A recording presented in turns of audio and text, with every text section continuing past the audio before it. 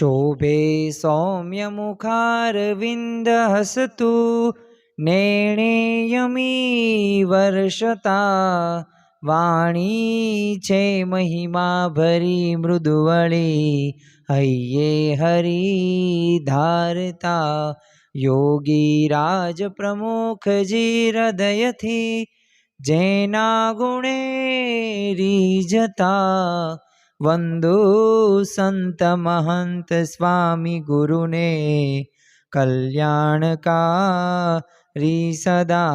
श्री स्वामिनारायण भगवाननी जय। अक्षर पुरुषोत्तम महाराजनी जय। गुणातीतानंद स्वामी महाराजनी जय। प्रमुख स्वामी महाराजनी जय। प्रगट गुरु हरि महंत स्वामी महाराजनी जय। सूरत अक्षरधाम महोत्सवनी जय। दरेक दिव्य हरिभक्तों ने धनुर्मास कथामृतना जय स्वामी नारायण। आम तो आजनो दिवस एटले पूनमनो दिवस अने आजना पूनमना दिवसे ए मूळ अनादि अक्षर मूर्ति एक गुणातीतानंद स्वामी जे स्वाभाविक रीते एक अक्षर ब्रह्मनो पोते अवतार छे अने आपणने ए ज अक्षर ब्रह्म कहता के सत्पुरुषनी प्राप्ति थई छे। आजना प्रवचननी अंदर आपणे वचनामृत गढ़ड़ा मध्यनु 15 के जेनु मथाळुं ज छे के स्वभावने विषे ए शत्रुपणुं राख्यानुं अने आ वचनामृतनुं आजे आपणे निरूपण सांभळवा जई रह्या छीए। अने खरेखर गुणातीतानंद स्वामीनी वातथी ज ते आपणे शरूआत करीए। आम तो गुणातीतानंद स्वामीनी वातो आपणे ज्यारे पण सांभळीए छीए के ज्यारे पण आपणे अनुभवीए छीए अने निरूपण सांभळीए ने त्यारे खरेखर एक शांतिनो अनुभव थाय छे के जे शांति आपणने ए अन्य कोई पदार्थनी अंदरथी के त्यांथी आपणने कोई पण रीते शांति नथी प्राप्त थती के जेवी आपणने आ स्वामीनी वातो ए श्रवण करवाथी प्राप्त थाय छे। परंतु आजे आपणे आजनो आ प्रवचननो विषय तमे कहो के आजे आ वचनामृत गढ़ड़ा मध्यनु 15मुं कहो के स्वभावने आपणे एक जीतवो छे अने स्वभाव उपर आपणे विजय कई रीते प्राप्त करी शकीए। जो घणा बधा नाना मोटा बधाईने आ स्वभाव हैरान करे छे अने आ स्वभावने लीधे आपणे ए भगवाननुं भजन पण सुखेथी करी शकता नथी। तो ज्यां सुधी आपणा जीवननी अंदर आ स्वभाव हशे ने त्यां सुधी आपणने शांतिनो अनुभव नहीं थाय। अने आजे दरेक व्यक्तिने ए शांति जोईए छे, सुख जोईए छे अने शाश्वत आनंदनी अंदर पोतानुं जीवन पसार करवुं छे। परंतु ज्यां सुधी आ स्वभावने ए जीतशे नहीं, आ स्वभाव उपर ज्यां सुधी विजय प्राप्त नहीं करे ने त्यां सुधी पोते एक शांतिनो अनुभव नहीं करी शके अने त्यां सुधी पोते आनंद पण नहीं लई शके। अने गुणातीतानंद स्वामी तो पोतानी वातोनी अंदर कहता के आ एक एक स्वभाव, हवे स्वभाव एटले कया तो काम क्रोध लोभ मोह मत्स्य तृष्णा ए अहंकार आ एक स्वभाव रह्याने आ एक स्वभाव व्यक्तिने दुखी करे छे। आजे क्रोधना लीधे केवा प्रश्नो थता जोवा मळे छे के एक सामान्य एक तमे नक्की करेली एक घटना की इच्छा प्रमाणे जो कोई कार्य न थयुं होय तो आपणे क्रोध करीए छीए। अने जो एटले ज ते श्रीमद भगवत गीतानी अंदर पण आ क्रोधने एक नरकनुं द्वार कह्युं छे।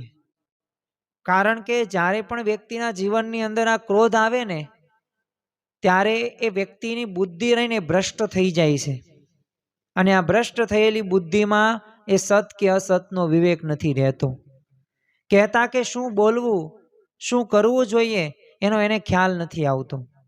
घणी बधी वखत आपणे अनुभव कर्यो हशे के ज्यारे पण आपणने क्रोध आव्यो हशे ने त्यारे आपणे न बोलवानुं पण बोल्या हशुं। तो कारण शुं छे? कारण के आपणा मननी अंदर क्रोध आव्यो छे। तो आ तो एक आ क्रोध स्वभाव एक तो आटलो बधो भयंकर छे पण साथे साथे काम क्यो स्वाद क्यो स्नेह क्यो मोह क्यो मत्स्य क्यो तृष्णा क्यो ईर्षा क्यो आ एक स्वभाव रह्याने ए गुणातीतानंद स्वामी कहे छे पोतानी वातोनी अंदर के गिरनार जेवा मोटा छे अने आ स्वभावने एमनाम कांई जीती शकाय पण नहीं। जो आम तो तमारे खारशिंग खावी होय ने તો 5-10 રૂપિયા હોય ને તોય તમને મળી જાય દુકાનેથી. પણ તમારે કેસર ખાવું હોય તો કિલો, તો એ તમે લઈ પણ ન શકો અને કલ્પના કોઈ દે કરી શકો કે મારે કેસર કિલો ખાવું છે. તો કેમ અઘરી વાત છે. તો એવી જ અઘરી વાતો એ આપણને ગુણાતીતાનંદ સ્વામીએ સ્વભાવ વિશે કરેલી છે. પણ આજે આ જે પૂર્ણિમા છે, અક્ષર પૂર્ણિમા છે, તો આજના નિમિત્તે આપણે એ સ્વભાવ ટાળવાના પણ ઉપાયો વિશે જોવાના છીએ અને ગુણાતીતાનંદ સ્વામી આપણને શું સમજાવે છે ને એની પણ વિશેષ વાતો આજે આપણે કરવી છે. એટલે આ સ્વભાવ ઉપર પણ આપણે વિજય પ્રાપ્ત કરી શકીએ છીએ એ આ વચનામૃતના આધારે આજે આપણે સમજવાનો પ્રયત્ન કરીશું. ગુણાતીતાનંદ સ્વામીએ પેલા પ્રકરણની 62મી વાતની અંદર કહ્યું છે કે જ્યારે દુર્યોધનને પાંડવને કજિયો થવાનો આદર થયો ત્યારે દુર્યોધન પાસે દૈત્ય સર્વે આવીને કહે છે કે અમે કૃપાચાર્યમાં, દ્રોણાચાર્યમાં ને ભીષ્મ પિતા આદિકમાં પ્રવેશ કરીશું, માટે યુદ્ધ કર. એક બાજુ મહાભારતની અંદર એ કૌરવોની સેના હોય છે અને એક બાજુ એ ધર્મની અંદર એ પાંડવોની સેના હોય છે. એક બાજુ ભગવાન છે તો સામે ભગવાન નથી, પણ હા એવા મહાન એ મહારથીઓ તો છે જ તે. પરંતુ આ મહારથીઓમાં પણ એ ભીષ્મ પિતામાં, દ્રોણાચાર્ય, એ કર્ણ પણ હતો. પરંતુ જ્યારે નક્કી થઈ ગયું કે હવે યુદ્ધ થવાનું જ છે અને એ મહાભીષણ યુદ્ધ એ દુર્યોધનના લોભના લીધે જ થયેલું છે, તો ત્યારે એ કજિયા થવાનો જ્યારે આદર થયો ને ત્યારે ગુણાતીતાનંદ સ્વામીએ વાત કરી કે દુર્યોધન પાસે છે ને બધા દૈત્યો આવ્યા અને એ કેવું મોટિવેશન, પ્રેરણા આપે છે કે તું યુદ્ધ કરવામાં પાછી પાની ન કરતો. તારે જે મનમાં તે નક્કી કરેલું છે ને એ પ્રમાણે તું યુદ્ધ કરજે જ તે. એ ભલે તી તો ખાલી 5 પાંડવો જ છે અને તું તો જો તારે કેટલા ભાઈઓ છે અને તારી સેનાની અંદર તો તું જો કે ભીષ્મ પિતામાં, દ્રોણાચાર્ય, આ બધાએ એને વિદ્યા શીખવાડેલી છે. એટલે એ બધા તો સાવ સામાન્ય એક કહેવાય ને તુચ્છ એક સજીવો છે. એટલે એની બહુ તો ઉપાધિ ન કરતો. અને જો આ કૃપાચાર્ય, દ્રોણાચાર્યમાં, ભીષ્મ પિતામાં અમે પ્રવેશ કરશું તમતાર. એટલે તું યુદ્ધ કરજે જ તે. તો આવું કહ્યું. અને એમાં કહેવાનું શું છે કે આપણામાં પણ કામ, ક્રોધાદિક માહિલા દોષ આવીને પ્રવેશ કરે ત્યારે મોટાનો અવગુણ આવે, ત્યારે ન કરવાનું પણ થાય. ત્યારે જાણવું છે કે મારામાં દૈત્ય પ્રવેશ કર્યો છે પણ હું એવો નથી એમ સમજવું. અહીંયા જો શ્રીજી મહારાજે એક આપણને સ્પષ્ટ વાત અહીંયા આપણને સમજાવી દીધી. એક ઉદાહરણ સાથે આપણને દ્રષ્ટાંત સાથે સમજાવ્યું કે જ્યારે પણ આપણને આવું કરવાનું મન થાય, મોટા પુરુષનો અવગુણ લેવાનું મન થાય ને ત્યારે એક વાત યાદ રાખવી કે આપણામાં દૈત્યો પ્રવેશ થઈ ગયા.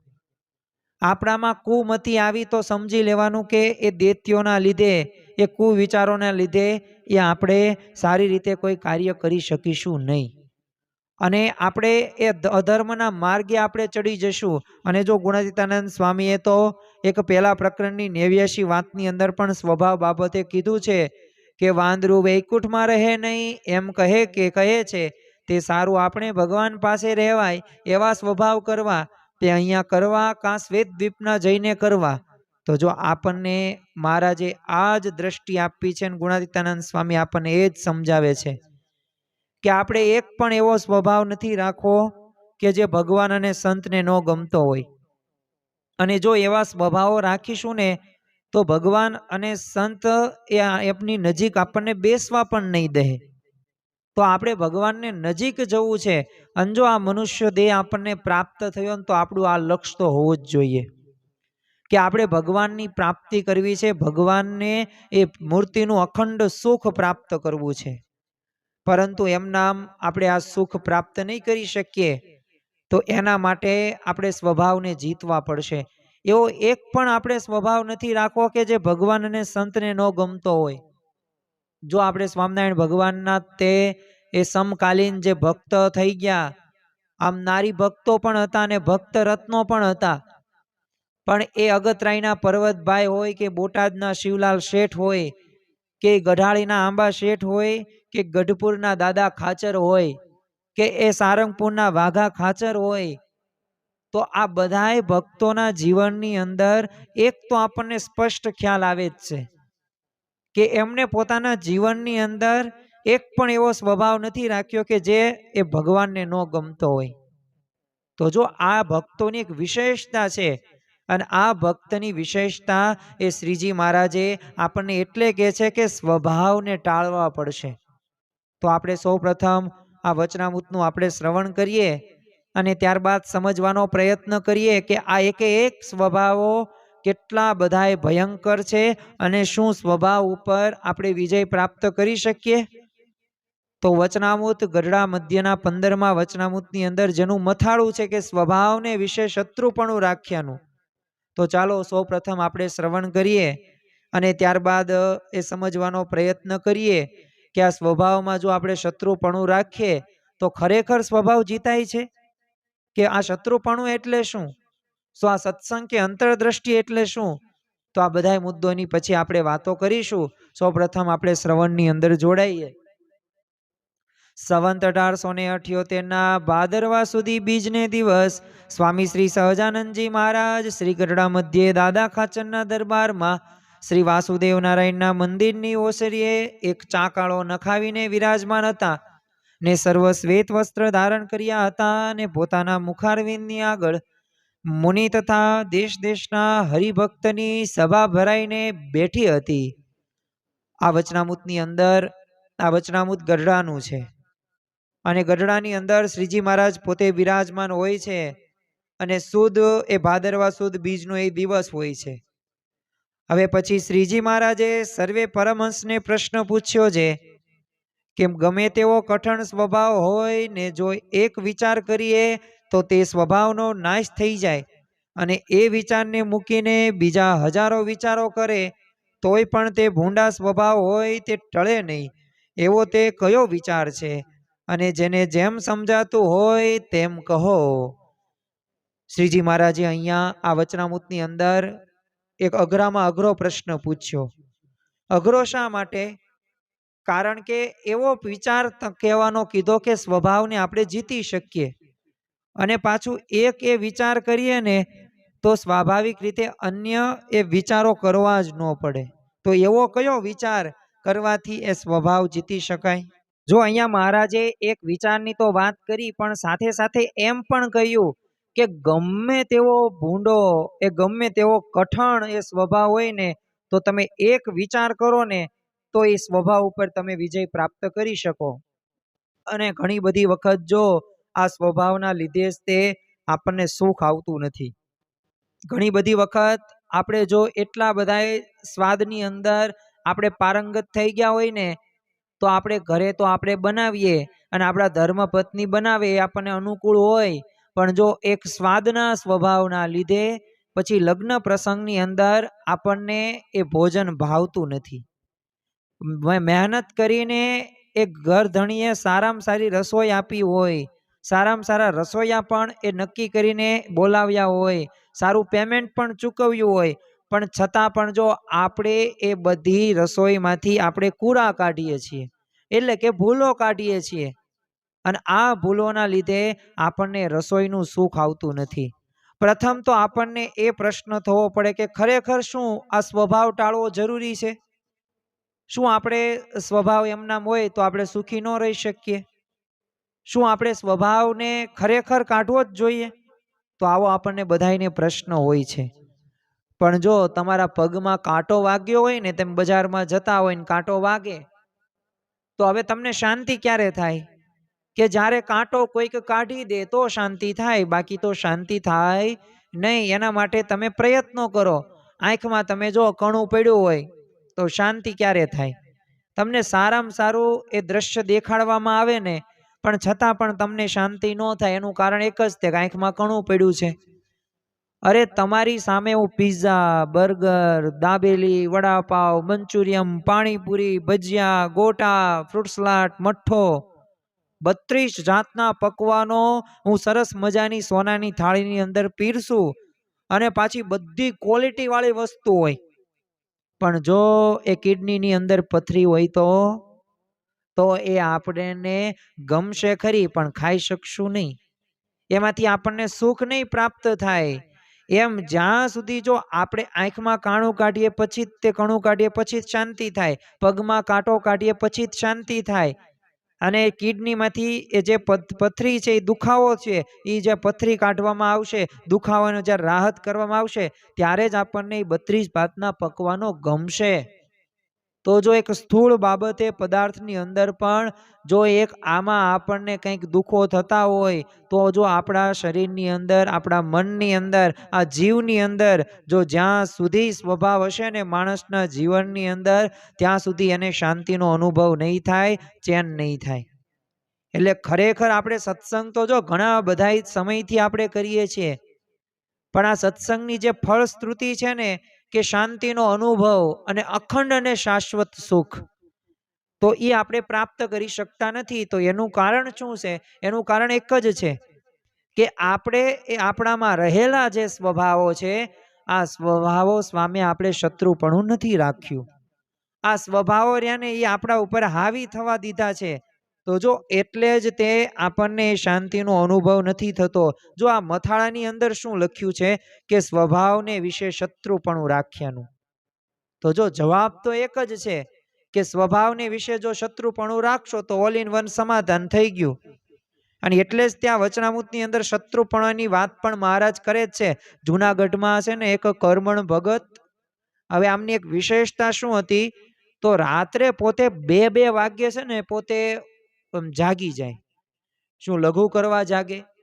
શું ભોજન કરવા જાગે? નહીં, મન સાથે પોતે ઝઘડે અને મનને શું કે, હે મન તું મૂરખ છું, લબાડ છું, અને આ તારા લીધે ત્યાં લખ 84 ની અંદર હું ભટકું છું, પણ આ જન્મે તો મારે હવે તારું ધાર્યું નથી કરવું, મારે હવે તો સ્વામી કહે ને એમ જ કરવું છે.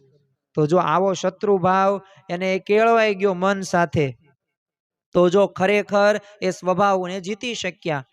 આપણે ઘણી બધી વખત છે ને આ મનને સાચવીએ છીએ, આ શરીરને સાચવીએ છીએ, અને પાછા સ્વભાવને પણ આપણે એક્સેપ્ટ કરીએ છીએ, સ્વીકારીએ છીએ. એટલે આ સ્વભાવને આપણે જીતી શકાતું નથી.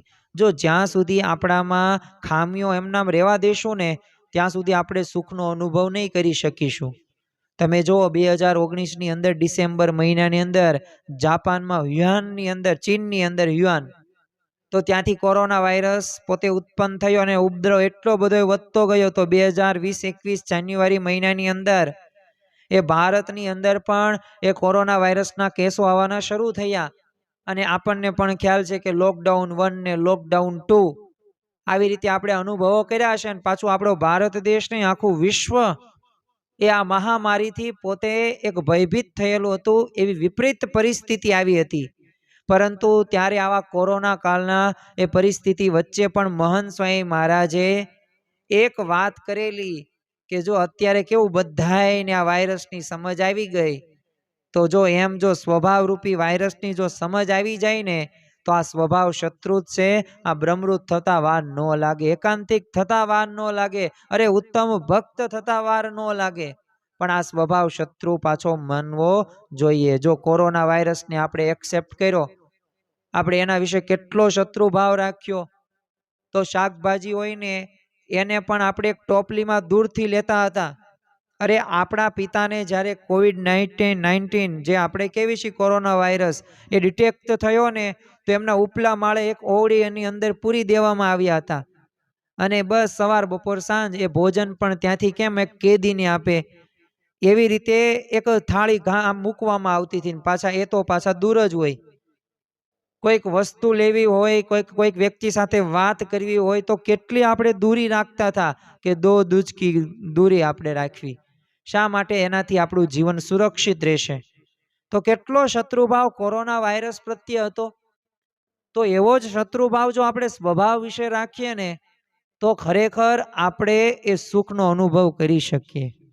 અને જો સુખ છે જ તે, પરંતુ જ્યાં સુધી એ આ શત્રુભાવ આપણે સ્વભાવ વિશે નહીં રાખીએ ને ત્યાં સુધી ભગવાનનું એ આપણે સુખ નહીં લઈ શકીએ. કારણ કે જો તમે સારામાં સારી તમારે કેસર કેરી ખાવી હોય તો આપણે સ્વાભાવિક રીતે એ આંબો વાવીશું ને તો જ તે એમાંથી કેરી આવશે. એમાં સત્સંગનું ફળ રહ્યું ને તો એ જ છે કે સ્વભાવ ટળે. અને પ્રમુખ સ્વામી મહારાજ તો કહેતા કે જેમ છે ને કોઈક ગાડી કે જ્યારે બંધ પડે ને ત્યારે મેકેનિક પાસે ગેરેજમાં આપણે જવું પડે અને મિકેનિક પછી એને રિપેર કરી દે ને પછી ગાડી વ્યવસ્થિત ચાલે. એવી જ રીતે આપણે બધા દર્દીઓ છીએ, પણ આપણે હોસ્પિટલમાં દાખલ નથી થવાના. આપણે જન્મ મરણના આ 1,84,ના દર્દીઓ છીએ. આમાંથી બહાર આવવા માટે આ જન્મ મરણનો રોગ રહ્યો ને એ મટાડવા માટે આપણે સત્સંગની અંદર આવવાનું છે, રવિ સભાની અંદર આવવાનું છે, આ ધનુર્માસની આ કથામૃતનો લાભ લેવાનો છે. અને આ કથામૃતથી આપણા જીવનની અંદર સ્વભાવો ટળશે, એવું બળ પણ આપણને પ્રાપ્ત થશે. એટલે યાદ રાખવું કે જ્યારે પણ આપણને વિચાર આવે ને ત્યારે આપણે સત્સંગની અંદર, મંદિરની અંદર અરે કથા શ્રવણ આપણે કરીએ કે જેથી સ્વભાવો ટળે. અને એ જ આ સત્સંગનું સાચું ફળ છે. એ આ સંપત્તિ મળે, એક સારા વિચારો કરવાની ભાવના વધે, સારા કર્મો કરીએ, આપણે નિયમ ધર્મયુક્ત જીવન જીવીએ. આ તો બધું સાઈડમાં આપવામાં આવ્યું છે. આ સત્સંગથી આપણને એ પ્રાપ્ત થાય, પણ મૂળ તો છે ને આપણા સ્વભાવો ટળવા પડે. અને જો સ્વામિનારાયણ ભગવાને એ આ રાવણ જેવા સ્વભાવો, દુર્યોધન જેવા સ્વભાવો, મંથરા જેવા સ્વભાવો એ દૂર કર્યા છે. આ એમનું એક અદ્ભુત પ્રભાવ અને એક અદ્ભુત પૂર્વક એક કાર્ય ગણી શકાય. અને જો એટલે જ તે આપણે આ સત્સંગની અંદર આપણે સ્વભાવ મૂકવા આવ્યા છીએ. અને જો આ સત્સંગમાં આવ્યા પછી જો સ્વભાવ ઘસાય નહીં ને તો સત્સંગ કર્યો નથી. અને જેટલા સ્વભાવ ઘસાય તો એટલું સત્સંગનું ફળ. આ પ્રમુખ સ્વામીમાં જ વારંવાર એમની કથા વાર્તાની અંદર કહેતા. એટલે આપણે આપણા જીવનની અંદર આ એક વાત નિશ્ચિત રાખવી. એક ગામની અંદર છે ને શ્રોતાઓ બધા છે ને કથા મોડા આવ્યા. એટલે શાસ્ત્રીજી મહારાજે પૂછ્યું કે કેમ મોડા તમે આવ્યા, કાંઈ કારણ? ઘણા બધાને છે ને આવી ટેવ હોય છે કે પોતે આમ કથા વાર્તા શરૂ થાય ને એની 10, 15, 20, 25, 30 મિનિટે પહોંચે. એટલે આવી રીતે ગામના લોકો અમુક હતા શ્રોતાગણ, તો આવી રીતે મોડા આવ્યા. સ્વામીએ પૂછ્યું તો એક જણે શું કીધું, સ્વામી ચા બાકી હતી. તે શાસ્ત્રીજી મહારાજ આ સાંભળીને પોતે ઊભા થઈ ગયા અને ચાનું જે તપેલું હતું ને એ ઢોળાવી નાખ્યું અને કીધું કે આ એક ચા પીવાનો સ્વભાવ તમે પણ વર્ષો સુધી વાત સાંભળવા છતાંય તમે ટળ્યો નથી. અને આવી આદત છે મજબૂર ઘણા બધા જો હોય છે આજે. અને જો આ બધા સ્વભાવોના લીધે એ આપણે ભગવાન સંબંધિત સુખને આપણે પ્રાપ્ત નથી કરી શકતા. અને એના માટે જરૂરી છે કે આ સ્વભાવો ટાળવા. જો પરલોકની અંદર જવા માટે એવો એકાંતિક ધર્મનો એક સિદ્ધ કરવા માટે આ સ્વભાવને ટાળવો જ પડશે. અને જેટલું કાર્ય આ સ્વભાવ ઉપર કરવામાં આવશે ને એટલા આપણે વધુ સુખી રહી શકીશું.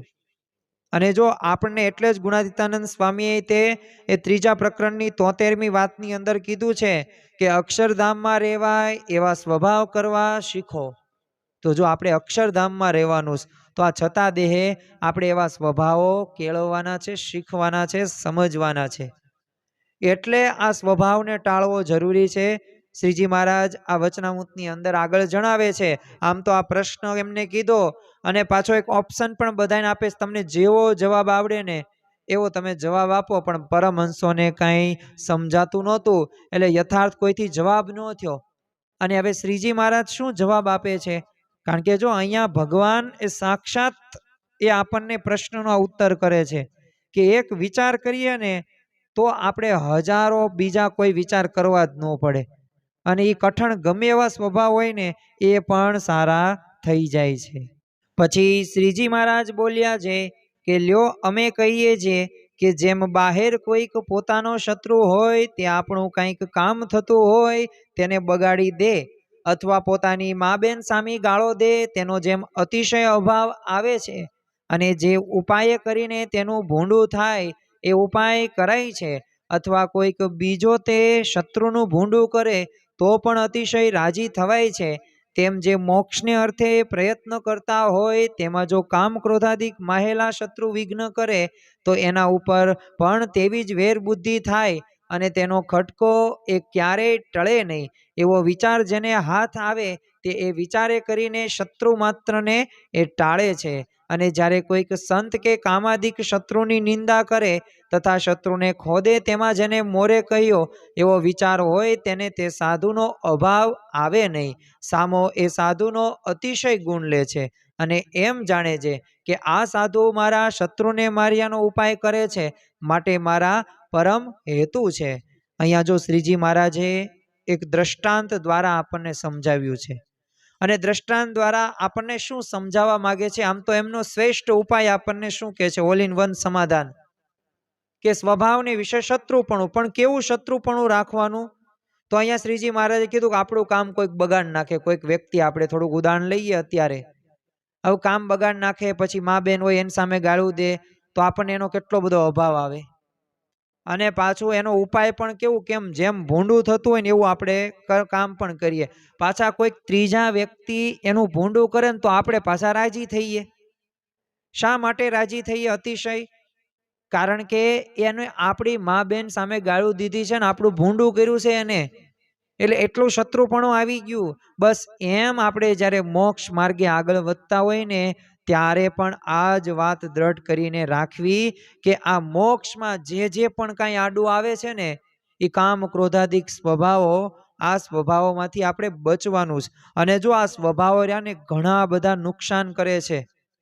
તમે જુઓ કે વ્યાવહારિક હોય કે પછી વ્યક્તિગત હોય કે વૈશ્વિક હોય કે પારિવારિક હોય કે આધ્યાત્મિક હોય, ઘણી બધી રીતે એ નુકસાન થતું જોવા મળે છે. તમે વ્યાવહારિક રીતે વાત કરીએ ને તો આપણને ખ્યાલ છે કે સ્વભાવો રહ્યા ને ઘણી બધી વખત ઝઘડાઓ પણ કરાવે છે.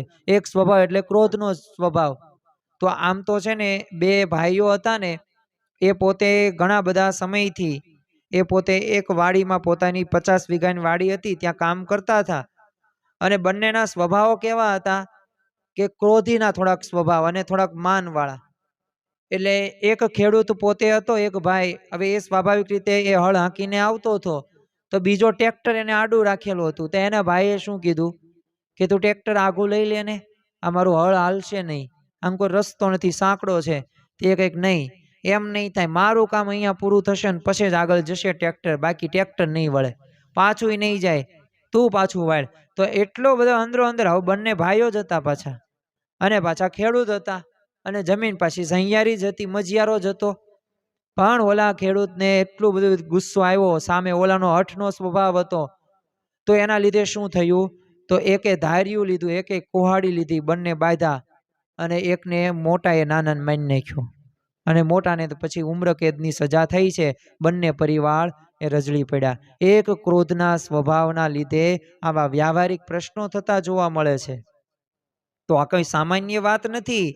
આ સ્વભાવ આપણને ભલે લાગે સાવ તે થોડાક, પણ જો યાદ રાખજો કે થોડુંક જો એને સાચવી લીધું હોત તો શાંતિથી એ કાર્ય પૂરું થઈ જાય. થોડુંક નમી દીધું હોત તો, સહન કરી લીધું હોત તો. એટલે જ તે જો પ્રમુખ સાંઈ મહારાજ પણ આપણને એ સહન કરવાની વાત કરે છે, જીવન પર્યંત સુધી સહન કરવું.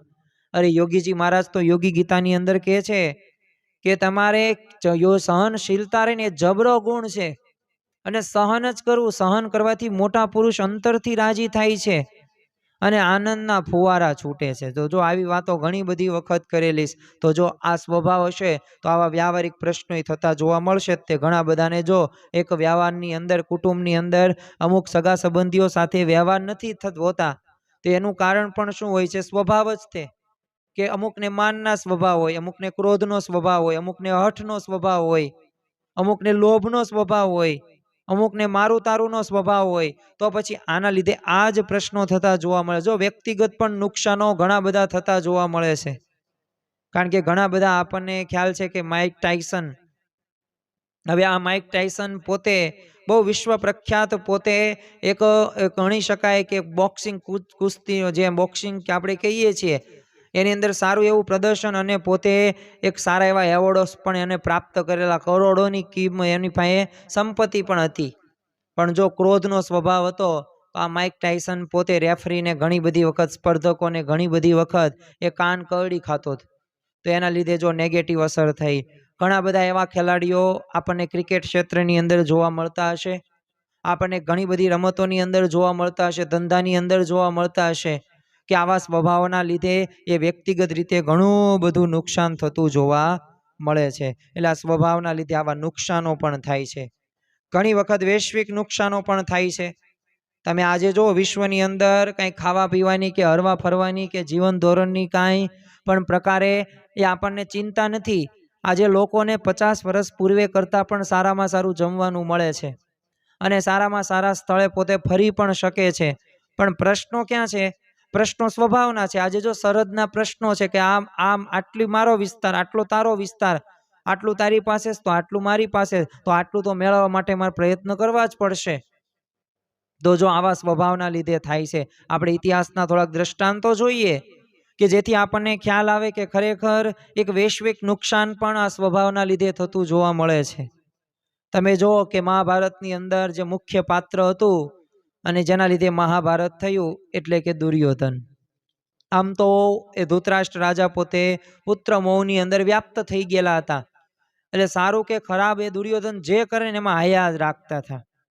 પરંતુ આ દુર્યોધનના જો મૂળની અંદર જો વાત કરીએ ને તો એના મનની અંદર રહેલો જે લોભ હતો ને જે અહંકાર હતો ને ઈગો, આમ તો ઈગો પોતે બહુ ભયંકર એક દુષ્કર્મ આપણે ગણી શકીએ.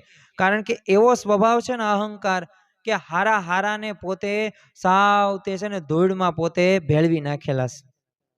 અને આ દુર્યોધનના એ લોભ અને અહંકારના સ્વભાવના લીધે જ તે એ મહાભારતની અંદર એ અંદાજિત 45 થી 48 લાખ એ પોતે એ આવી રીતે માણસો મરાયણા હતા.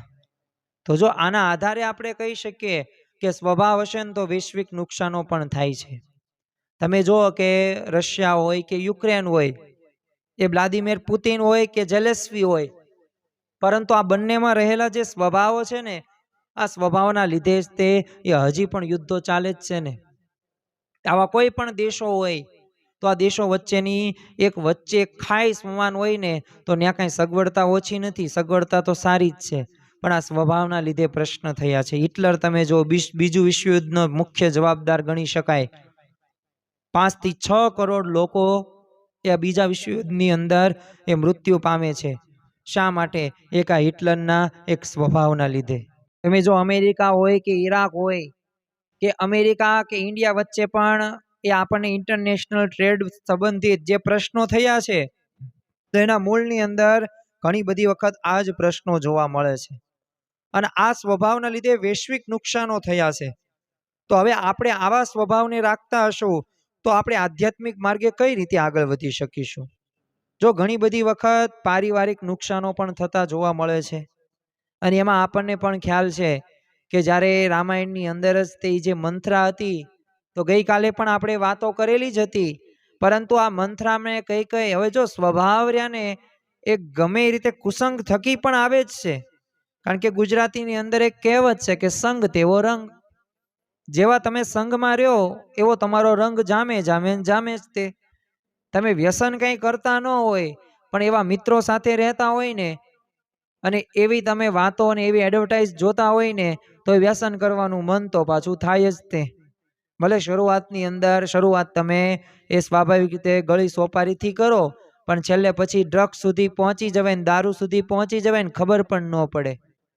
અને આ સંઘની અસર છે. એટલે જ તે જો શ્રીજી મહારાજે પણ વચનામૃતની અંદર વાત કરી છે ને કે મુક્તાનંદ સ્વામી કે બ્રહ્માનંદ સ્વામી જેવા મોટા પણ સંતો, એ સાધુ સદગુરુ સંતો, એ કોઈ 7 માળની હવેલી હોય, તખ્તેથી આમ જડેલી હોય અને ત્યાં વેશ્યાઓ પોતે થનથાઈ ખાઈ નાચતી હોય અને દારૂના એ જે મધ બધું પીવાતું હોય અને એની અંદર એ જો આ મુક્તાનંદ સ્વામી અને બ્રહ્માનંદ સ્વામી જેવા મોટા સદગુરુ સંતોઈ જાય ને તો એમને પણ મન તો થઈ જ જાય કે ચાલો ને આપણે જોઈ લઈએ ને થોડુંક આપણે પી પણ લઈએ.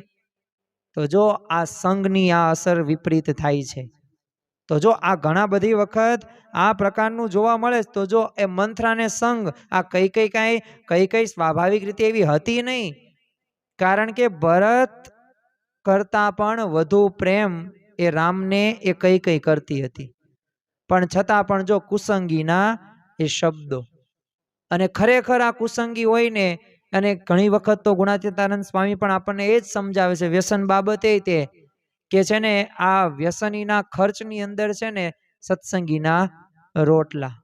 અને જેટલો વ્યસની એ વ્યસન પાછળ ખર્ચ કરે છે ને એટલો આ સત્સંગી હોય ને એટલામાં રોટલા એના પૂરા થઈ જાય, બાકીના પૈસા એને વધે. અને આ એક સ્વામિનારાયણ એક ભગવાનની એક આ વિશેષતા ગણી શકાય કે તેમને આવા નિર્વ્યસની જીવન જીવતા હરિભક્તોની સંતોની એક ફોજ ઊભી કરી દીધી.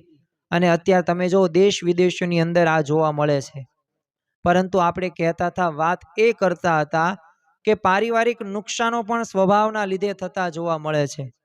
જો આજે આપણી પાસે ઘણી બધી સંપત્તિ પણ છે, ઘણી બધી સગવડતા પણ છે, કેવી સગવડતા છે તો 200 વર્ષ પૂર્વે જે રાજા મહારાજાઓ હતા ને, અરે હું તો તમને ત્યાં સુધી કહું કે શ્રીજી મહારાજ પાસે આવી સુવિધા નહોતી. બોલો, એટલી આપણી પાસે સુવિધા સારી છે.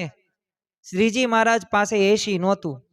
શ્રીજી મહારાજ પાસે આ 1.5 લાખ કરતાં વધુ વાનગીઓ નહોતી. ત્યારે તો શેલણ જ જમતા હતા વધુમાં વધુ, અને લાડવા જમે, લાપસી જમે, બસ એવું થૂલું જ જમતા હતા. એ વિશિષ્ટ પ્રકારની કાંઈ અત્યારે પીઝા ને બર્ગર ને મંચુરિયમ કેવું કેવું બધું નીકળ્યું છે, તો એવું કાંઈ ત્યારે હતું નહીં. પણ છતાં જો ત્યારે પોતે સુખેથી બધાય જીવન જીવી શકતા. આપણી પાસે બધુંય છે, પણ જો સ્વભાવ એવા કરી નાખ્યા છે ને કે આ સ્વભાવના લીધે આપણે આગળ વધી શકતા નથી. એટલે શ્રીજી મહારાજે આ વચનામૃતની અંદર વાત કરી છે કે જો આપણે મોક્ષ માર્ગે પ્રયત્ન કરતા હોય ને તો આપણે આ સ્વભાવને વિશે શત્રુપણું રાખવું જ પડશે. અને શત્રુપણું નહીં રાખીએ ને તો યાદ રાખજો કે આપણને ભગવાનનું સુખ નહીં આવે, સંતનું સુખ નહીં આવે, સત્સંગની અંદર આપણને સમાગમનું પણ સુખ નથી આવવાનું. બીજું આપણને ઘણી બધી વખત આધ્યાત્મિક સૌથી વધુ નુકસાન આની અંદર થતું જોવા મળે છે. કારણ કે આપણી સૌ કોઈ મુમુક્ષુની એક ઈચ્છા છે કે આપણે આધ્યાત્મિક માર્ગે આગળ વધવું છે, એકાંતિક ધર્મ સિદ્ધ કરવો છે, બ્રહ્મરૂપ થવું છે, અને પરબ્રહ્મની ભક્તિ કરવી છે, અને અક્ષરધામમાં જવું છે. અને છતાં દેહ અક્ષરધામ જેવું સુખ અને અનુભવ કરવો છે. દરેકની ઈચ્છા તો બધાયની છે, મારી છે અને તમારી છે. પરંતુ ખરેખર શું આપણે એ આધ્યાત્મિક રીતે જે આગળ વધવાનું છે એ આધ્યાત્મિક રીતે આપણે આગળ વધી રહ્યા છીએ? જો શ્રીજી મહારાજે વચનામૃત લોયાના 14મા વચનામૃતની અંદર વાત કરતા કીધું છે કે જેમાં ક્રોધમાન ઈર્ષા હોય છે તે સત્સંગમાંથી પાછા પડી જતા દેખાય છે. અને જો જેને જેને પણ ક્રોધ રાખ્યા છે, માન રાખ્યું છે, ઈર્ષા રાખ્યું છે, જો એક તો સત્સંગની અંદર છે ને એક મોટામાં મોટું વિઘ્ન શું કરે, આપણે જ્યારે સત્સંગી થયા હોય ને ત્યારે આટલો બધા પ્રશ્નો ન આવે. પછી આપણને છે ને એક બરોબરિયાપણું આવી જાય છે.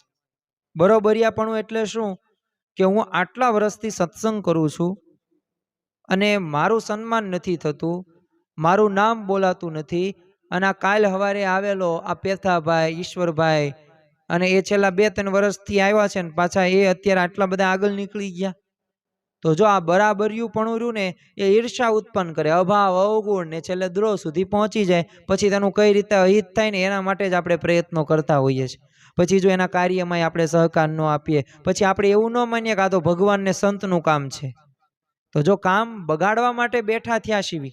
શા માટે? કારણ કે આપણે નક્કી કરી નાખ્યું છે કે આ હું આટલા બધા વર્ષથી સત્સંગ કરું છું ને આ થોડાક વર્ષો સત્સંગ આવ્યોના વિમાનની ગતિએ પાછા જો નિયમ ધર્મ યુક્ત એનું જીવન હોય પાછું, અને આપણા કરતાં પણ સારા એવા વિચારો એનામાં જીવનમાં હોય છે. પણ જો આપણે તરત તે બરોબરિયાપણું આવી જાય. તમે જો ઘણી બધી વખત તો આધ્યાત્મિક રીતે એક કેટલો બધો સ્વભાવને લીધે આપણે નુકસાન વેઠીએ છીએ.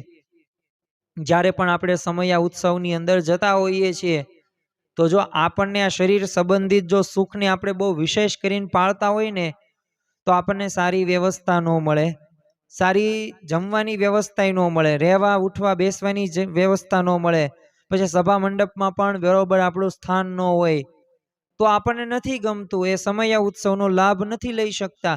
યોગીજી મહારાજ તો કહેતા કે સમયા ઉત્સવની અંદર ભીડો રહ્યો ને એ જ ભક્તિ છે. એટલે ભીડો સહન કરવો, ભીડો જેટલો તમને પડશે ને એટલું જ તે વધુમાં વધુ ભગવાન તરફ નજીક તમે જઈ શકશો.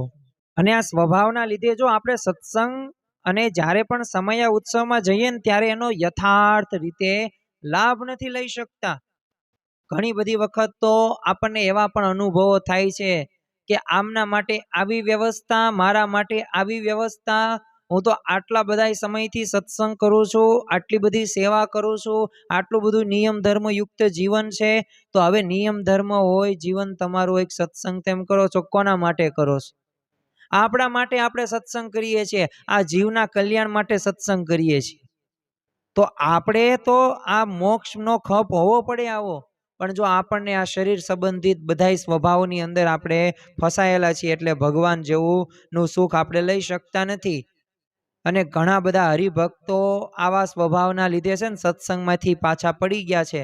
તમે અલૈયા ખાચર તમે જોવો, કે પછી હરખા પટેલ તમે જોવો, કે એક સામાન્ય એવું એમને માન ન મળ્યું. હવે ખાલી એટલું જ કીધું હતું કે પગ ધોઈને આવો ને પટેલ, પણ ગયા એ ગયા, હજે પગ ધોઈને પાછા નથી આવ્યા. તમે મચ્છિયાવના ફઈબા તમે જો કે હઠનો સ્વભાવ હતો, તો આ સ્વભાવના લીધે શું થયું, તો મહારાજને પોતે ત્યાગ કરી નાખ્યો. ભગવાનને સર્વોપરી જાણતા હતા.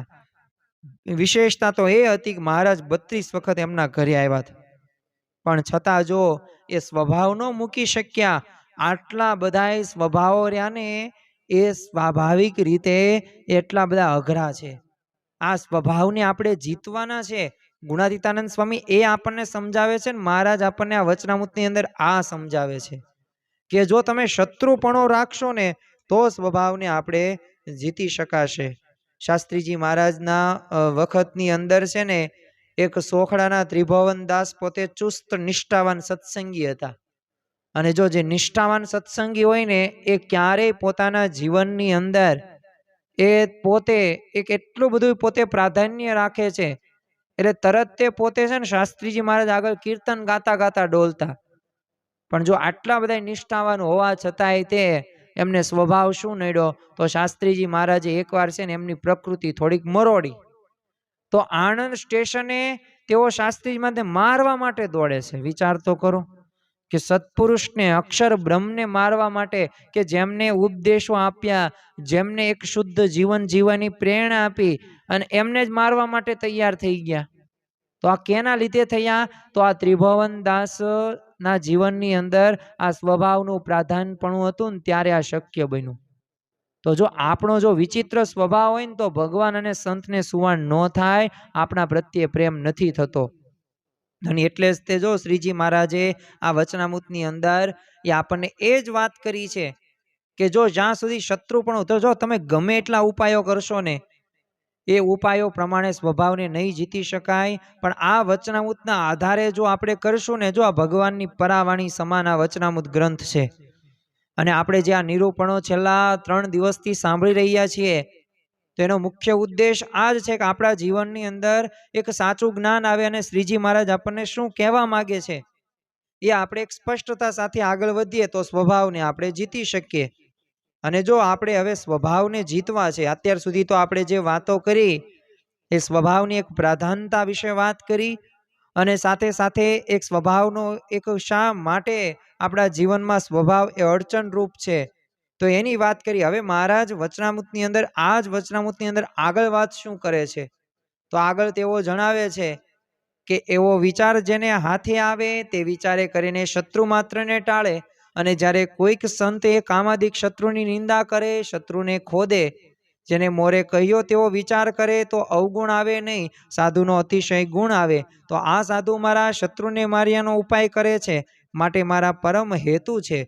આવી જાતનો વિચાર જેના હૃદયમાં વિશે પ્રાપ્ત થયો હોય તે શત્રુ માત્રનો નાશ કરી નાખે છે, અને કોઈ ભૂંડો સ્વભાવ તેના હૃદયને વિશે રહી શકે નહીં. અને એ વિના બીજા ગમે એટલી જાતના વિચાર કરે પણ કામાદિક સ્વભાવથી શત્રુ નાશ પામે નહીં. માટે એ સ્વભાવ ઉપર જે શત્રુપણું રાખવું એ જ સર્વે વિચારમાં શ્રેષ્ઠ વિચાર છે. જો અહીંયા મહારાજે આપણને સ્પષ્ટ કહી જ દીધું છે. આમ તો આપણે આ સ્વભાવને આપણે ટાળવા છે, વિનાશ કરવા છે, તો પ્રથમ તો આપણે છે ને ધ્યેય નક્કી કરવું પડશે. કારણ કે જ્યાં સુધી ધ્યેય નક્કી નહીં કરીએ ને ત્યાં સુધી આપણે ત્યાં સુધી પહોંચી નહીં શકીએ. એટલે પહેલા તો આજના દિવસે આપણે નક્કી કરવાનું છે. અને જો ગુણાતીતાનંદ સ્વામીએ વાતની અંદર જે શરૂઆતની અંદર મેં તમને વાત કરી કે આ ગિરનાર છે ને એને ઉડાડવાનો તમને ક્યારેય મનસૂબો થાય છે? એક વખત આવી મહારાજ ગુણાતીતાનંદ સ્વામી વાત કરી એટલે કોકે કીધું કે ના મહારાજ એવી તો કંઈ થતું નથી અમને. તે સ્વામીએ શું કીધું, જો મનમાં ધાર્યું નથી ને એટલે, નહીં તો હોય ને ઉડાડી મૂકીએ. અને ગુણાતીતાનંદ સ્વામીએ વાતની અંદર એવી પણ વાત કરી કે જો પૃથ્વીના મનુષ્યો બધા ભેગા થાય અને પછી લોહાર માત્ર એ લોઢા ઘડવાના આપણે માંડીએ સુરંગ દઈને ઉડાડવા, તો છે ને 4-5 વર્ષની અંદર તો એ ચૂરે ચૂરા ઉડાડી જ મૂકીએ. એવા આ કામ ક્રોધાદિક છે ને સ્વભાવો છે, ભલે ગમે એટલા બળિયા હોય પણ જો મનમાં ધારીએ ને તો ઉડાડી મૂકીએ. એમાં કોઈ પણ પ્રકારની એ શંકા અને સંશય નથી. તો જો ધ્યેય નક્કી કરવાનો છે પ્રથમ તો, કે મારે ભગવાનનું સુખ મેળવવું છે, મારે ભગવાનની પ્રાપ્તિ કરવી છે, મારે બ્રહ્મરૂપ થવું છે, એના માટે મારે આ સ્વભાવો ટાળવા છે. કારણ કે જેને જેને પણ ધ્યેય નક્કી કર્યા છે ને એ પોતાના જીવનની અંદર પોતે સફળતા સુધી પહોંચ્યા છે. ચાલો હું તમને એક દ્રષ્ટાંત દઉં લૌકિક, અને આ દ્રષ્ટાંત તમે સૌ પ્રથમ તો સાંભળો અને એક ધ્યેયથી શું નક્કી થઈ શકે છે ને એ આપણને ખ્યાલ આવે. હવે અમેરિકાની એક છે ને નાનકડી એવી બાળકી 11 વર્ષની એની ઉંમર, હવે પોતે 6ઠ્ઠા ધોરણની અંદર ભણતી હતી. 6ઠ્ઠા ધોરણમાં પ્રથમ દિવસ હતો અને પ્રથમ દિવસે તે શિક્ષકે કંઈ ભણાવ્યું નહીં, પણ શિક્ષક સારા હશે એટલે શિક્ષકે એવો બધાને પ્રશ્ન પૂછ્યો. હવે ક્લાસની અંદર 40 થી 50 વિદ્યાર્થીઓ હતા કે તમારે મોટા થઈને શું બનવું છે. આમ તો આ બાળકને જ્યારે પ્રશ્ન પૂછવામાં આવે ને એટલે બધા doctor, engineer, chartered accountant, IPS, IAP અને અમુક તો કરોડપતિ કે બિઝનેસમેન કે આવું બધું બોલે. એટલે બધાએ પોતપોતાના સપના કીધા. એમાં આ બાળકી ઊભી થાય છે અને બાળકી કહે છે કે મારે છે ને ટીચર, મારે પાયલોટ બનવું છે. એટલે આખો ક્લાસ હતો ને આમ દાંત કાઢવા માંડ્યો. અને ઘણી બધી વખત જો આવું જ થાય છે, આપણે કોઈકને એમ કહેવાય કે મારે સ્વભાવ ટાળવા, મારે બ્રહ્મરૂપ થવું છે, મારી એવી એકાંતિક સ્થિતિ મારે પ્રાપ્ત કરવી છે, તો એ તરત તે પોતે પેલા પ્રથમ તો છે ને હાસ્ય દાંત જ કાઢશે. અને કા જો બહારથી દાંત નહીં કાઢે, જો અગત્યના નજીકના સંબંધો હશે તો એ અંદર તો મનોમન પાછો એવો નેગેટિવ જ વિચાર કરતો હશે. એટલે આખો ક્લાસ દાંત કાઢ્યો, પણ શિક્ષક બહુ હોશિયાર હતા, બધા આખા ક્લાસને શાંત કર્યો. અને પછી એ શિક્ષક એ બાળકી પાસે જાય છે, 11 વર્ષની જ ઉંમર છે, અને એને વાત કરી કે જો તું છે ને પાયલોટ તે નક્કી કર્યું છે ને તું બનીશ જ તે પાયલોટ. પણ હવે પ્રશ્ન ક્યાં હતો? આ દાંત કાઢવાનું રહસ્ય શું હતું? બધાએ પણ પોતપોતાના સપના કીધા હતા, તો આ બાળકે પોતાનું સપનું કીધું, તો બીજાનામાં આનામાં શું ફેર? પણ જો બધાયને હાથ પગ હતા, પણ આ જે બાળકી ઊભી થઈ હતી ને એના હાથ પગ નહોતા, એટલે પગ હતા પણ હાથ નહોતા.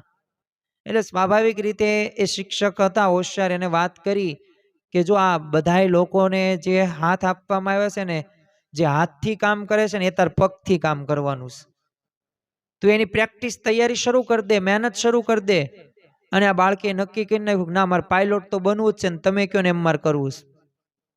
તો જો સંકલ્પ કર્યો, ધ્યેય નક્કી કર્યો, તો તમને આશ્ચર્ય સાથે આ વાત તમને એ સાચી પણ લાગશે. કારણ કે તમે ગૂગલની અંદર પણ સર્ચ કરશો ને ત્યારે આ આવશે. અને અત્યારે આ વ્યક્તિ જીવંત પણ છે, આની મૃત્યુ નથી થયું. આ બાળકી પોતે 19 વર્ષની ઉંમર એની થઈ અને પોતે વિમાન ચલાવે છે. અને અમેરિકન સરકારે એ પ્રથમ આ બાળકીને, આ યુવતીને એ પોતે એક સર્ટિફિકેટ પણ આપે છે. અને આ બાળકી બીજું કોઈ નહીં પરંતુ જેસિકા કોક્સ. તો જો એક સંકલ્પ કર્યો તો અશક્ય કાર્ય પણ એ શક્ય થઈ ગયું. મહેનતથી થયું, વાત સાચી, પણ નક્કી તો કર્યું ને. ભારતની અંદર પણ જો તમે ડી ગુકેશનું નામ આપણે સાંભળ્યું છે, તો જો આ ડી ગુકેશે તે પોતે 11 વર્ષની ઉંમરે નક્કી કરેલું હતું કે મારે યંગેસ્ટ વર્લ્ડનો ચેસ ચેમ્પિયન બનવું છે. તો જો એના માતા પિતાએ પોતાની નોકરી, હવે પોતે ડોક્ટર હતા પણ ડોક્ટરો એનો પ્રેક્ટિસ ત્યાગ કર્યું અને રાત દિવસ આનામાં મહેનત કરી. આ પણ ડી ગુકેશે મહેનત કરી, સંકલ્પ હતો, ધ્યેય હતો, તો જો યંગેસ્ટ પોતે બની ગયો. તો જો આ થઈ શકે છે, એમ આપણે ધ્યેય આવા કરવાના છે. જો આ દ્રષ્ટાંતો કહેવા પાછળનો ઉદ્દેશ એક જ છે કે જો લૌકિક રીતે પણ જો આવું અશક્ય કાર્ય પણ જો શક્યમાં પરિવર્તિત ધ્યેયના લીધે થઈ શકતું હોય, તો શું આપણે આ સ્વભાવને જીતી ન શકીએ? શું સ્વભાવને આપણે ટાળી ન શકીએ? આજનો તો પવિત્ર દિવસ છે, અક્ષર પૂર્ણિમાનો દિવસ છે. એટલે ખરેખર આજના દિવસે, આ પૂનમના દિવસે, અક્ષર પૂર્ણિમાના દિવસે આપણે આવો એક સંકલ્પ કરવાનો છે કે જે ગુણાતીતાનંદ સ્વામી કહે છે ને કે ભલે ગિરનારને એ આપણે ગમે તે રીતે તોડવાનો પાડવાનો કોઈ મનસૂબો નથી થતો, પણ ધારીએ તો પાછું થઈ શકે છે. તો દશરથ એક માંજી થઈ ગયા, તો એણે પોતે ઘણા બધા વર્ષો, એટલે અંદાજિત 25, 30, 40 વર્ષ સુધી એક જે 32 કિલોમીટરનો જે ઘેરાવો હતો ને, એ થોડાક 5-6 કિલોમીટરની અંદર એ પથ્થર પોતે 1 મેન આર્મી. અને આના ઉપર તો પિક્ચર્સ પણ આપણે એ જોયું હશે, અને ખરેખર પ્રેરણાદાયી સ્ટોરી છે. કારણ કે જે એની પત્ની હતી એ પ્રસૂતિની પીડાની અંદર પીડાતી હતી, અને એમ્બ્યુલન્સ પોતે પહોંચી ન શકી ટાઈમે, કારણ કે એ વચ્ચે પથ્થર આ જે પર્વત નડતો હતો, અને એને નક્કી કરી નાખ્યું જબ તક તોડેગે નહીં તબ તક છોડેગે નહીં. તો જો આ એક વાક્ય, એક સ્લોગન સાથે પોતે જીવે છે, અને પાછા પર્વત સાથે વાતો કરે છે. અને હાથમાં શું છે? કાંઈ ક્રેન નથી, કોઈ પણ સરકારની કાંઈ મદદ નહીં. અરે મદદ વગર પણ એને એ પથ્થર વચ્ચે એ રસ્તો કરી નાખ્યો. હજી પણ આપણને એ સ્થળ ઉપર, એ રાજ્ય જ્યારે છે ત્યાં આપણને ખ્યાલ આવે છે, મધ્યપ્રદેશમાં. તો જો થઈ શકે છે, અશક્ય કાર્ય પણ શક્ય થઈ શકે જો આ લૌકિક રીતે આટલી બધી સફળતા પ્રાપ્ત થતી હોય. તો મારો કહેવાનો મતલબ એ જ છે કે આપણે આ સ્વભાવને જો ટાળી એકશું જ તે, પણ નક્કી કરશું તો થશે. જો શાસ્ત્રીજી આજે નક્કી કર્યું કે અક્ષર પુરુષોત્તમ સિદ્ધાંત એ દિગંતમાં ડંકો વગાડવો છે, જો ડંકા વાગે છે ને, આપણા સત્પુરુષોએ ગુણાતીત ગુરુવર્ય જે સંકલ્પો કર્યા એ ધ્યેયો જ હતા ને એક પ્રકારના, તો એ પ્રમાણે થયા. તો એમ આપણે પણ સ્વભાવની વિશે શત્રુપણું રાખીશું, ધ્યેય નક્કી કરશું તો થશે. પણ જો પાછું ધ્યેય નક્કી કર્યા બાદ પાછું શું કરવાનું? પાછું મહેનત કરવાની. કારણ કે જ્યાં સુધી પાછી મહેનત કરવામાં નહીં આવે ને, ત્યાં સુધી એ સ્વભાવને આપણે ટાળી નહીં શકીએ. કારણ કે ઘણા બધાને કેવું હોય, તૈયાર બધું મેળવી લેવું છે, મહેનત વગર બધું મેળવી લેવું છે, પણ એમ કંઈ થઈ નહીં. એ આપણે ઘણી બધી વખત સ્વભાવને દંડ પણ દેવો પડશે, એવો વિપરીત સ્વભાવ હોય ને ત્યારે. અને એમાં ને એમાં પછી ચાલો, હવે તમે ખબર છે કે 1000 વખત નિયમ ભંગ થાય, લસણ ડુંગળી ખવાઈ જાય. એક વખત ચાલો નક્કી કર્યું તમે લસણ ડુંગળી એવું નથી ખાવું, તો પછી ધ્યેય નક્કી કરી નાખો, પૂરું થઈ ગયું. તો હવે આ પૂરું નથી થઈ જતું. નેક્સ્ટ ટાઈમ બીજી વખત ભૂલમાં તે મન જો તમારું રમાણ નાખે, લસણ ડુંગળી તમને ખવડાવી દે, તો મનને ઉપવાસ દેવાનો, જવા નહીં દેવાનું. મનને જવા દેશો ને તો આખી જિંદગી જશે ને બીજો જન્મ લેવો પડશે. કારણ કે અનંત જન્મોથી મન ધાર્યું જ કર્યું છે, આ જન્મે છે ને ભગવાનનું અને સંતનું ગમતું કરી લેવું જોઈએ. સાચા સગા, સાચા સંબંધી આપણા ભગવાનને સંત છે, એટલે આ એ પુરુષાર્થ કરવો પડશે. જો એટલે આ મહત્વનું છે. એકવાર છે ને એક પદયાત્રા કરતા છે, નિષ્કાન સ્વામીને રસ્તાની અંદર એક મરચાનું ખેતર આવ્યું. તો આપણે ગઈકાલે પરમ દિવસે પણ આ વાત શા માટે ઉચ્ચારી હતી, અને આજે પણ કેમ ફરી વખત તમને કહું છું, કારણ કે જરૂરી છે. અમુક નિયમો હોય ને, અમુક ઉદાહરણ દ્રષ્ટાંતો રહ્યા ને, એ જીવમાં જડાઈ જવા પડે. હવે આ નિષ્કાન સ્વામીએ મરચા જોયા, કઈ કર્યું નહીં. મરચાને શું કર્યું? કિલો લીધા અને મોઢામાં એવા નાખ્યા ને ખા લે. બહુ તે મન થાય છે ને, કારણ કે જીભ સળવળીથી અને આંખમાંથી, એ નાકમાંથી, ગળામાંથી એવી લાહ ઉત્પન્ન થઈ, અને હવે કોઈ દિવસ એમને મન થાય? તો જો આપણે ભૂલ કરીએ છીએ, એક જ ભૂલ કરીએ છીએ, પછી પુરુષાર્થ નથી કરતા. જોગીદાસ ખુમાણ હતો, પોતે બહાર વટ્યો, પોતે સિદ્ધાંતવાદી, પણ પરસ્ત્રી ઉપર જો એને કુદ્રષ્ટિ થઈ ગઈ, તો આંખમાં મરચાઈને ભૂકી નાખી, અને શું કીધું? તું જોગીનો દાસ અને તારાથી આવું થાય કેમ? તો જો એ પુરુષાર્થ કર્યો ને, મહેનત કરી તો થયું. રવિ સભા એક ચૂકાઈને તો બીજા દિવસે એક ઉપવાસ કરવો જોઈએ, અને એ દંડ દેવો જોઈએ. પણ જો આપણે એવું કંઈ કરતા નથી ને, એટલે પછી આને ભાઈ એડજસ્ટ થઈ જઈશ કે ભાઈ ચાલે, અમુક વાર ખાઈ લેવામાં વાંધો નહીં. અત્યારે સમાજમાં રીતિ રિવાજ પ્રમાણે જીવવું પડે, ન જીવીએ ને તો આપણને કોઈ ગાંડા ગણે. અરે ગાંડા ગણે એ તમને મોક્ષ માર્ગે આગળ લઈ જશે. અને કાંઈ ગમે એટલું ખાશો, ગમે એટલું જોશો, પીશો, સાંભળશો, કાંઈ જીવ તૃપ્ત થવાનું નથી ને થશે નહીં. તમે જો 70-80 વર્ષની ઉંમરના બાભલિયા હોય ને, એને પાણીપુરી ખાવાનું મન થાય. હું થોડાક દિવસ પહેલા છે ને ગામમાં ગયો ને, તો 4-5 ડોશમાં હવે પોતે આમ 7 ફ્લેવરની પાણીપુરી, તમે આમ નામ સાંભળ્યું હશે, જેમાં અલગ અલગ પ્રકારના ફ્લેવર હોય. તો એ પોતે હવે એમની ઉંમર મને જોતા એવું લાગ્યું 70, 72, 75 વર્ષની હશે. તો એ પોતે પાણીપુરી ખાતા. તો હવે હું કઈ પાણીપુરી ખાવાની કોઈ ના નથી પાડતો, પણ જો સ્વાદ તો હોય છે ને, એ દાંત ન હોય ને છતાં પણ ખાવાનો સ્વાદ કઈ જતો નથી. એટલે આ સ્વભાવો તૃપ્ત થવાના જ નથી. આ એકે એક સ્વભાવ એવા છે. એટલે મહેનત કરવી જોઈએ. અને જો જ્યારે પણ મોટા પુરુષ કે સંત, હું જો આ ખંડન કરવા બેઠો નથી સ્વભાવનું, પણ હું તો આપણામાં રહેલા એ જે આ સ્વભાવો છે ને દુઃખી કરે છે ને એની વાતો કરું છું આ વચનામૃતના આધારે. તો પછી આપણે આમાં કઈ અવગુણ નથી લેવાનું. જો બુદ્ધિશાળી કોને કહેવાય?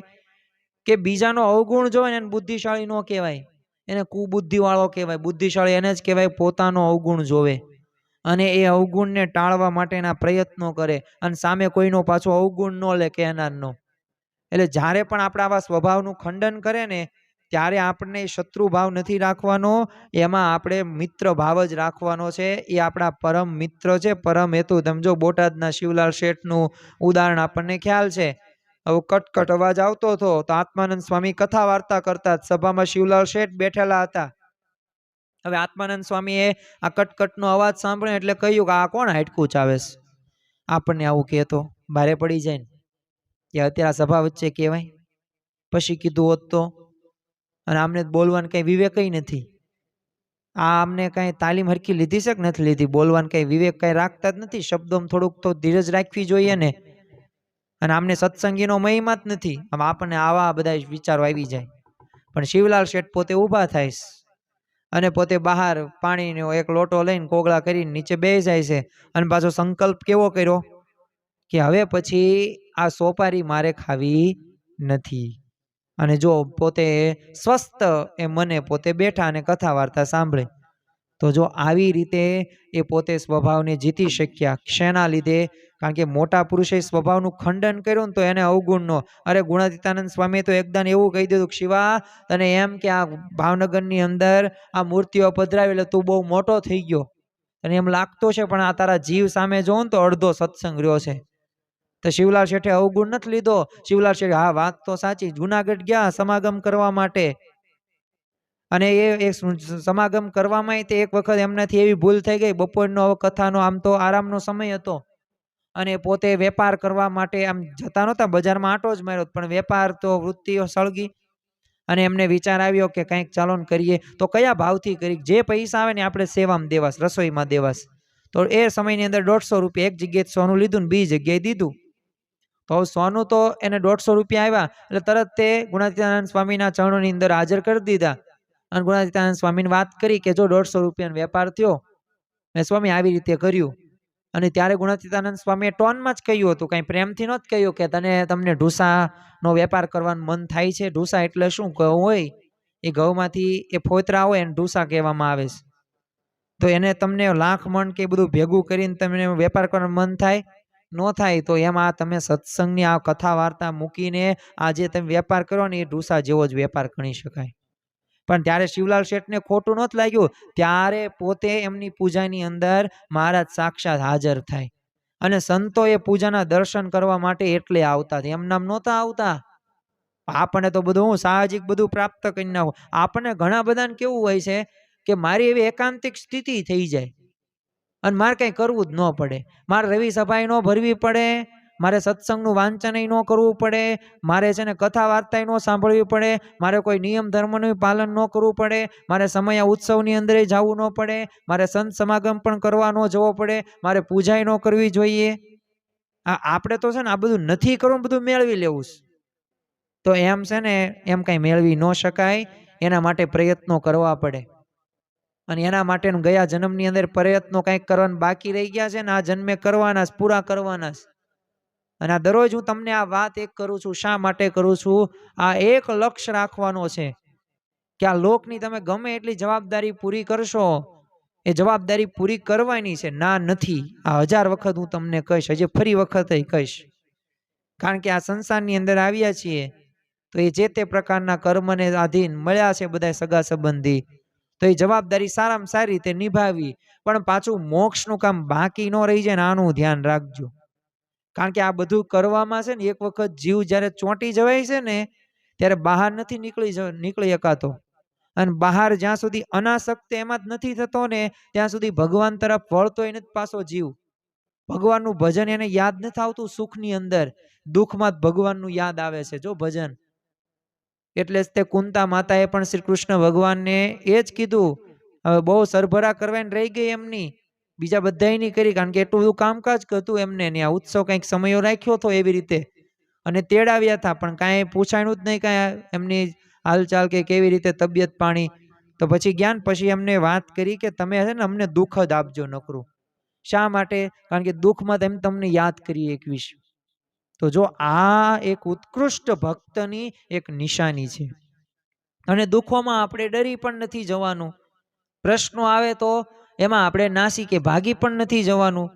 એ બધું ભગવાન જ કરે છે અને ભગવાન સારા માટે જ કરે છે. પણ એક વાત યાદ રાખવી કે આ બધું જે પણ આપણને કહે ને, જ્યારે પણ આવી વાતો કરવામાં આવે ને ત્યારે એના ગુણ લેવા, એનું ખંડન નહીં કરવાનું. કારણ કે જો ખંડન કરવામાં આવશે ને તો આપણે સારી રીતે એ કાર્ય નહીં કરી શકીએ ને ભક્તિ માર્ગે પણ આગળ નહીં વધી શકીએ. અને બીજા બે ઉપાયો વિશે આપણે વાત કરીએ અને પછી આજનું આ ધનુર્માસ કથામૃતનું જે આપણે શ્રવણ કરીએ છીએ પૂરું કરીએ. પણ તે પૂર્વે આપણે શ્રીજી મહારાજ જે આગળ જે વચનામૃતની અંદર શું કહે છે એનું શ્રવણ કરીને ત્યારબાદ સમજીએ કે એવા બે ઉપાયો પણ આપણે કરી શકીએ કે આ બે ઉપાયોના લીધે આપણને આ સ્વભાવો ટળી જાય અને સ્વભાવ સાવ જળમૂળથી અંતે ટળી જાય, બીજી વખત ઉગે જ નહીં આવા સ્વભાવો. આગળ શ્રીજી મહારાજ વાત કરે છે કે પછી શ્રીજી મહારાજે વળી પ્રશ્ન કર્યો છે કે ધર્મ, વૈરાગ્ય, આત્મજ્ઞાન અને મહાત્મા સહિત પરમેશ્વરની ભક્તિ એ ચાર વાનામાંથી કોઈ કાળે પડે નહીં એવો જે હોય તેને શે લક્ષણે કરીને ઓળખવો. પછી સર્વે સંતે જેને જેને સમજાણું હોય એવું કહ્યું તે કોઈએ યથાર્થ કહેવાયનું નહીં. પછી શ્રીજી મહારાજ બોલ્યા છે, જો શ્રીજી મહારાજનો અહીંયા પ્રશ્ન શું છે કે ધર્મ, વૈરાગ્ય, આત્મજ્ઞાન ને મહાત્મા સહિત પરમેશ્વરની ભક્તિ. હવે આ ચાર જે વાના હોય કોઈ કાળે નહીં, જે પડે નહીં ને એવો હોય તો એવા લક્ષણ કયા કયા, કઈ રીતે એને ઓળખવો જોઈએ? તો આમ તો બધાએ જવાબ આપ્યા પોતાની રીતે, પણ એનો કાંઈ યથાર્થ જવાબ ન થયો. અને પછી શ્રીજી મહારાજે જવાબ આપે છે કે જેનો બાળકપણાથી જ એવો સ્વભાવ હોય છે કે કોઈની છાયામાં તો દબાય જ નહીં અને એ જ્યાં બેઠો હોય ત્યાં કોઈને હાસી મશ્કરી થાય નહીં અને એને કોઈને હળવું વેણ પણ કહેવાય નહીં. એવા જેના લક્ષણ હોય તે કોઈ દિવસ ધર્મ, વૈરાગ્ય, જ્ઞાન અને ભગવાનની ભક્તિ એમાંથી પડે નહીં અને તેનો માની ના જેવો સ્વભાવ હોય તો પણ એને કલ્યાણનો ખપ હોય, માટે સત્સંગમાંથી કોઈ પ્રકારે જાય નહીં. તો જો એક બાળકપણાથી એટલે કે પહેલેથી એનો એક સ્વભાવ એવો પડી ગયો હોય કે ગમે ના બેઠો હોય, કોઈ હાસી મશ્કરી થાય નહીં, કોઈ હળવું વેણ કહેવાય પણ નહીં અને કોઈએ હળવું વેણ કહેવાય પણ નહીં. એટલું જ નહીં, એ લક્ષણમાં કોઈ દિવસ એ ધર્મ, વૈરાગ્ય, જ્ઞાન, ભક્તિમાં પણ એનાથી પડે નહીં. તો એવો માનીનો પણ જો સ્વભાવ હોય ને કે કલ્યાણનો એને જો ખપ હોય ને તો સત્સંગમાંથી કોઈ પ્રકારે જાય નહીં, એટલે કે એમનામ પોતે સ્થિર રહે છે. અને એ પ્રકારે ગમે તેવો ભૂંડો દેશકાળ ન હોય પણ એનાથી પણ પોતે બચી શકે છે. પણ જો બે ઉપાયો આપણે હજી પણ આ સ્વભાવને ઉપર વિજય પ્રાપ્ત કરવા માટે કરી શકીએ છીએ. અને એક ઉપાય છે અંતરદ્રષ્ટિ. ઘણી બધી વખત આપણામાં રહેલા જે ભૂલો છે ને અને જે ખામીઓ છે ને એને દૂર નથી કરી શકતા ને એનું કારણ શું છે? આપણે અંતરદ્રષ્ટિ નથી કરતા. ગુણાતીતાનંદ સ્વામી પોતાની વાતોની અંદર કહે છે કે દરરોજ નિત્ય છે ને એક વાત વિચારવી કે આપણે શું કરવા માટે આવ્યા છીએ અને શું થઈ રહ્યું છે અને આપણે શું કરવાનું છે. કારણ કે આનું નિત્ય અનુસંધાન હશે ને અને તો જ તે આપણે ભગવાનની એ પ્રાપ્તિ પણ કરી શકીશું, રાજીપો પણ પ્રાપ્ત કરી શકીશું. અને અંતરદ્રષ્ટિથી એ શક્ય બન્યું જ છે. અને જો એટલે જ તે 1972ની અંદર છે ને પ્રમુખ સ્વામી મહારાજ અને બીજા બધા સંતો છે ને જગન્નાથપુરીની અંદર એકાદશીનો દિવસ હતો. આમ તો 40 દિવસની યાત્રા હતી.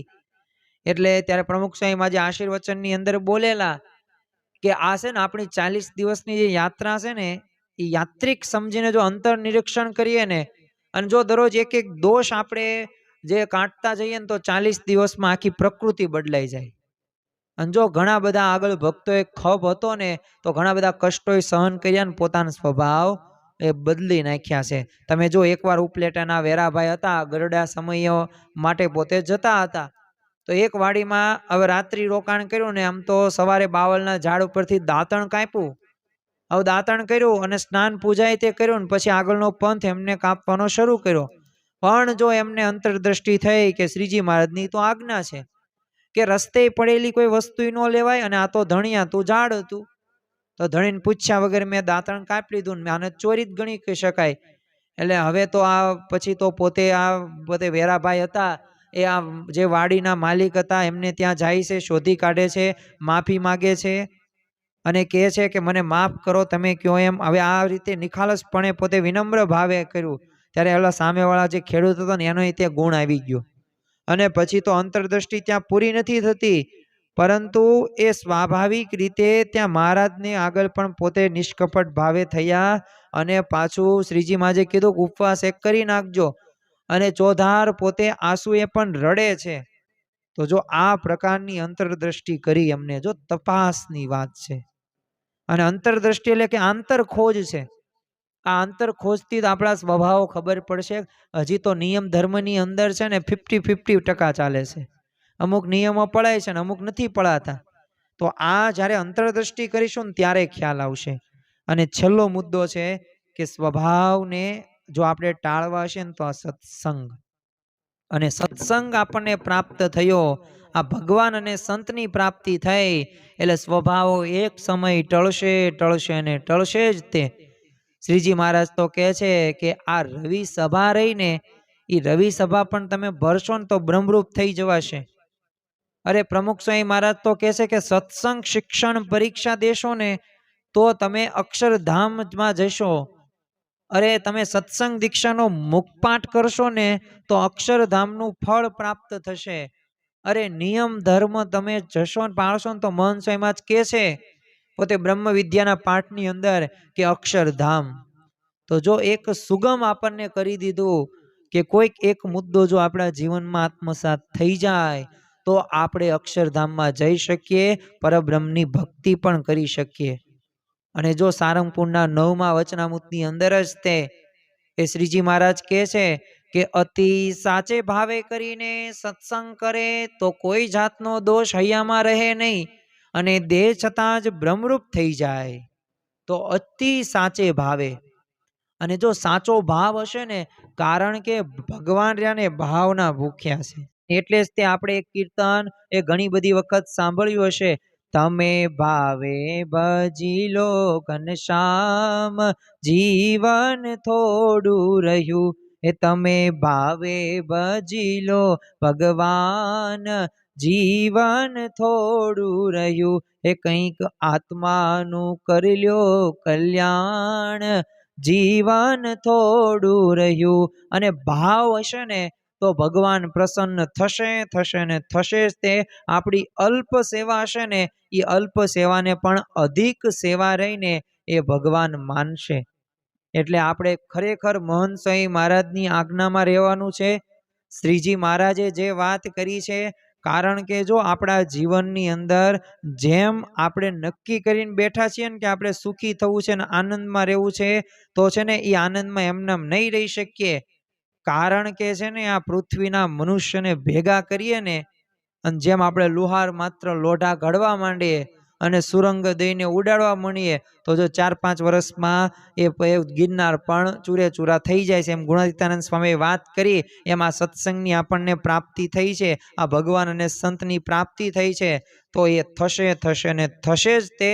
તો ખરેખર આ પ્રકૃતિ, કારણ કે જો ઘણા બધાને એવું હોય કે આ પ્રાણને પ્રકૃતિ છે ને સાથે આવે ને સાથે જાય, પણ જો યાદ રાખવું કે આપણા સ્વભાવો એટલે હું પ્રકૃતિ આ ટાળવાની છે અને ટળી શકે. કારણ કે આ જે જીવ ઉપર છે ને આ લાગેલું એક પ્રકૃતિનું આવરણ છે, અને એનું આવરણ છે ને આપણે દિવ્યતાની અંદર રૂપાંતરણ કરી જ શકાય છે, અને એ થશે જ તે કાર્ય. તમે જો આપણે રાજકોટનો એક પ્રસંગ જોયો છે શ્રીજી મહારાજનો. આમ તો છે ને જ્યારે સર જ્હોન માલ્કમ શ્રીજી મહારાજના મળવા માટે જાય છે ને, એટલે બોવડીના ઝાડ નીચે બેઠેલા હતા શ્રીજી મહારાજ. એટલે બોવડીના કાંટામાં ગોપાલ સ્વામીની પાક ભરાઈ ગઈ. હવે આ જોઈને શ્રીજી મહારાજ શું કે તારા નીચે આમ સાક્ષાત ભગવાન આવીને બેઠા છે તોય તારો સ્વભાવ મૂક્યો નહીં. અને જ્યાં આટલું બોલ્યા ને, અને બોવડીના કાંટા હતા ને બધાય ખરી પડ્યા. તમે જો આ કોઈ શિયાળાનો ટાઢાપણનો ગોળો નથી. તમે હજી પણ રાજકોટની અંદર ત્યાં જાઓ તો આમ તો બોવડીમાં કાંટા હોય ને, પણ એ બોવડીમાં કાંટા નથી આવતા. એ કાંટા વગરની બોવડી આજે પણ એ વિદ્યમાન થતી જોવા મળે છે. તો એમ જો સ્વભાવ ટાળવો હોય ને તો ટળી જ શકે છે. જો બોવડીના કાંટા ખરી શકતા હોય તો આ તો આપણે બનાવેલા, આપણે નક્કી કરેલા સ્વભાવો છે. આ કઈ ઉપર ભગવાને આમ કઈ ઉપેલા ઉપરથી મૂકેલા નથી. નાના ભાઈ આ જો પેથાભાઈ જન્મા ને તો આમનામ કામનો સ્વભાવ હશે, આમનામ ક્રોધનો સ્વભાવ હશે, આમને લોભનો સ્વભાવ હશે. તો એવો કઈ આપણને કઈ કંપની ફિટિંગ કરી નથી મોકલેલા. પણ આ રહ્યા ને આ બધા આગંતુક છે. આપણે આને મુક્ત થઈ શકીએ છીએ. એટલે આ પ્રાણ અને પ્રકૃતિ સાથે આવે ને સાથે જાય ને એ ખોટી વાત છે. એ આપણે સ્વાભાવિક રીતે એને આપણે બ્રેક કરવાનું, ત્યાંથી આપણે આગળ વધવાનું છે. તો આજના દિવસે આપણે આ સ્વભાવ બાબતની એ જે શ્રીજી મહારાજનો જે હૃદયગત તો આમ તો સિદ્ધાંત ગણી શકાય. કારણ કે જો શ્રીજી મહારાજે આ વચનામૃતમાં એક આપણા ઉપર દયા એ કરી કે આમ તો આપણે છે ને ઘણા બધા વિચારો કરીએ, હજારો વિચારો પડતા તેમ કરો ને તો એ સ્વભાવને તમે જીતી ન શકો. અને લોકો જો કેટલા બધા પ્રયત્નો કરે છે, મારો આ સ્વભાવ જાય, આ સ્વભાવ જાય, આ સ્વભાવ જાય, નથી જતા કોઈના સ્વભાવ. પણ ખાલી એક વિચાર કરો ને, શ્રીજી મહારાજે આપણને આ સુગમ કરી દીધું કે ખાલી સ્વભાવને વિશે તમે શત્રુપણું રાખશો ને તો સ્વભાવ જીતી જવાશે. તો આપણે પણ આપણા જીવનની અંદર આવો શત્રુભાવ રાખવાનો છે. અને જો નહીં કરીએ ને આપણું જીવ આવું તો એને દંડ દેજો. એક દી નહીં જમો ને તો વાંધો નહીં, મન છે ને પછી બીજા દિવસે કહેશે કે લે આ તો ગઈકાલે જમવાનું મળ્યું નહોતું, આમે નિયમ ધર્મ ન પાળ્યો ને એટલે હવે મારે ક્રોધ કરવો જ નથી, કારણ કે ક્રોધના લીધે મન આ ભૂખ્યો રાખે છે.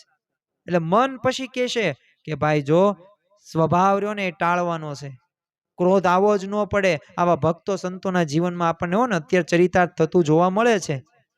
તો આપણે પણ આપણા જીવનની અંદર આ સ્વભાવ રહ્યો ને આ સ્વભાવને ટાળવા માટે આપણે પ્રયત્નો કરીએ. પ્રયત્નોથી થઈ શકે છે. અંગ્રેજીની અંદર એક કહેવત છે કે ટ્રાય એન્ડ ટ્રાય અને વિલ બી સક્સેસફુલ.